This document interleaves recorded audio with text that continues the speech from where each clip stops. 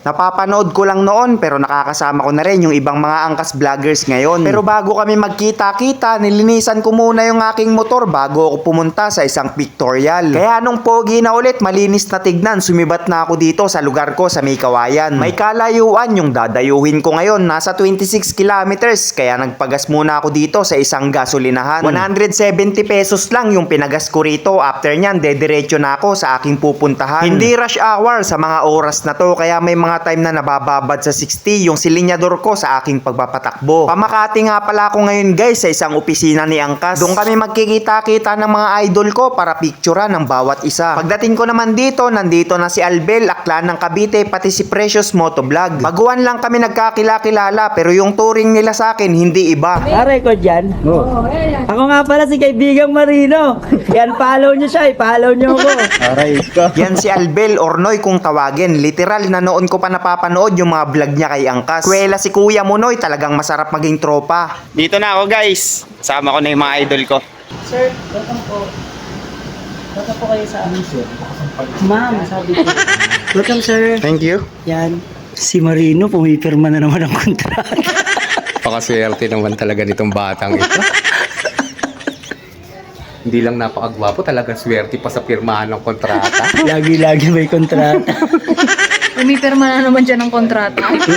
Grabe. Ayan. Oh, tignan mo, pipirma lang ng kontrata, may oras pa.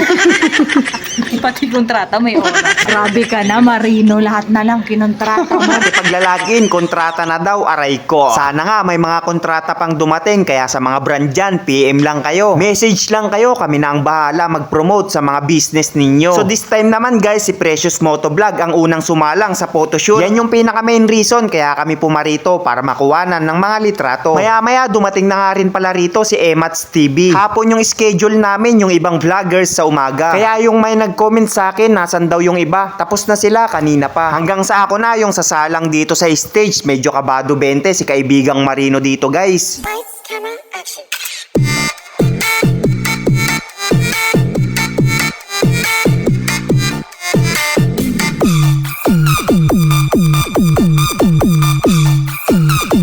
Lights, camera, action. Noy, salamat. Ganda ng uwa mo. Pwede na. Video. Utang muna. Siyempre, gusto muna. Alam mo namang restricted ako ngayon. Kaya sa mga followers natin dyan, follow nyo rin sila. Lalo na sa mga gusto maging angkas biker. Kahit walang mga motor, pwede mag-apply. Ilalapit ko kayo kay Motorento. Basta kompleto yung mga requirements ninyo, qualified kayo maging angkas biker, kagaya ko. Kahit panaan pro yung lisensya mo, may sagot si Angkas para dyan. Kaya Angkas, tara na, sama-sama tayo maglalayag sa kalsada. So this time naman guys, para sa last part, sama-sama kami lahat dito sa harapan. Isang karangalan sa akin ang mapasama sa inyo, mga idolo ko. Talagang napapanood ko lang kayo noon, pero nakakasama ko na rin kayo ngayon. Maraming salamat Angkas sa pagkakataong ito. After nyan, kumain lang din kami rito at naghiwa-hiwalay na. Guys, may kasama ko rito mga taga Mandaluyong. Bago umuwi, naabutan ko pa rito kay Angkas yung dalawang kaibigan ko na taga Mandaluyong City. Shoutout sa inyo, Jan Burawin at Joseph Solomon. Shoutout nga rin pala sa nagdikit ng sticker ko rito. Grabe, kung sino ka man, mabuhay ka. So hanggang dito na lang muna guys. Salamat sa pagsama at dahil dyan for more video, follow pa more.